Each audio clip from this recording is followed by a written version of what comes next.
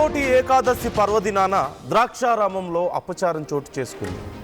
భీమేశ్వరాలయంలో ఒక శివలింగాన్ని ధ్వంసం చేశారు దుండగులు.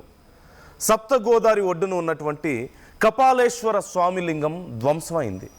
శివలింగాన్ని ధ్వంసం చేయడంపై భక్తులు ఆగ్రహం వ్యక్తం చేస్తున్నారు. ఈ ఘటనపై సీఎం చంద్రబాబు కూడా ఆరా తీసినట్లుగా తెలుస్తోంది. నిందితులను కఠినంగా శిక్షించాలంటూ సీఎం ఆదేశించారు. 6 ప్రత్యేక బృందాలతో నిందితుల కోసం గాలింపు చర్యలు కూడా మొదలుపెట్టారు.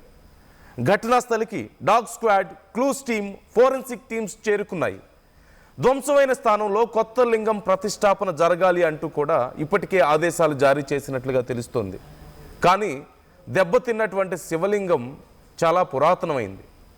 ఎప్పుడో ప్రతిష్ఠించబడినటువంటి శివలింగం. దాని స్థానంలో, ఆ శివలింగం స్థానంలో కొత్తది ప్రతిష్ఠించినప్పటికీ కూడా ఈ ప్రాశస్త్యం ఎక్కడి నుంచి వస్తుంది? కానీ మరోవైపు అసలు ఈ శివలింగాన్ని ధ్వంసం చేసిన వాళ్ళు ఎవరు? ఏ ఉద్దేశంతో చేశారు?